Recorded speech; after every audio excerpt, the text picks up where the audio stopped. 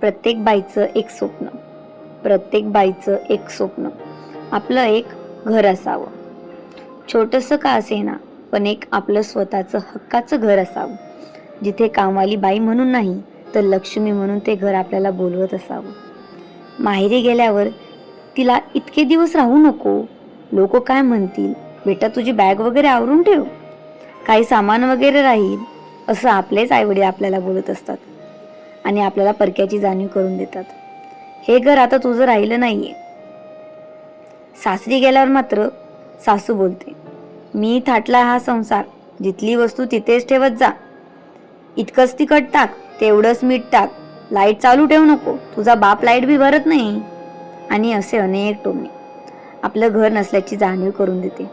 आणि नंतर काम करून घेणे आणि बोलणे, अगं तुझंच घर आहे, नीट ठेवत जा, चांगलं आवर. फक्त एक मोलकरीण म्हणून त्या घरामध्ये वागणूक मिळणे.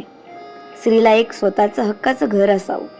छोटंसं का असेना, उंबरठा ओलांडताना लक्ष्मीच्या पावलांनी त्या घरात प्रवेश करावा, असं आपलं हक्काचं घर असावं. छोटंसं का असेना, आपलं हक्काचं घर असावं. प्रत्येक बाईचं एक स्वप्न, आपलं हक्काचं घर.